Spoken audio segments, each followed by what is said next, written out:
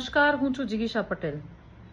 આજના તાજેતરના અહેવાલ જે રીતે મળી રહ્યા છે એ રીતે અમારા આમ આદમી પાર્ટીના સનિષ્ઠ કાર્યકર અને મોરબીના આમ આદમી પાર્ટીના નેતા એવા પંકજભાઈ રાણસરિયાને પોલીસ તંત્ર દ્વારા એમની અટકાયત કરવામાં આવી છે અને સાથે સાથે જેતપર ગામના ખેડૂતો છે જેમના પોતાના ખેતરની અંદર એમની પરમિશન લીધા વગર હાઈટેન્શન લાઈન નીકળી રહી છે, એ ખેડૂતો જ્યારે પોતાની વળતરની માંગણી કરતા હોય ત્યારે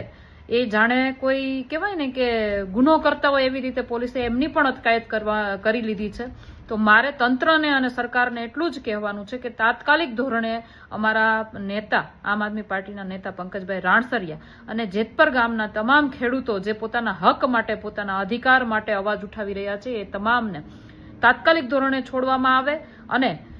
એમના ખેતરમાં જે હાઈ ટેન્શન લાઈન અને થાંભલાઓ ખોડવામાં આવી રહ્યા છે, એમના ખેતરોને નુકસાન પહોંચાડવામાં આવી રહ્યું છે, એમના પાકને નુકસાન પહોંચાડવામાં આવી રહ્યું છે, એમની પરમિશન સાથે એમને યોગ્ય વળતર મળે એ રીતે એમની પરમિશન સાથે તમે આ જે કામ કરો છો એ કરો। બાકી નાના નાના ગરીબ ખેડૂતોને એક કહેવાય ને ઉદ્યોગપતિઓના કહેવા પ્રમાણે ઉદ્યોગપતિઓની ગુલામી કરીને તમે જે આ નાના ખેડૂતોને હેરાન કરી રહ્યા છો એ તદ્દન એટલે તદ્દન અયોગ્ય અને શરમ।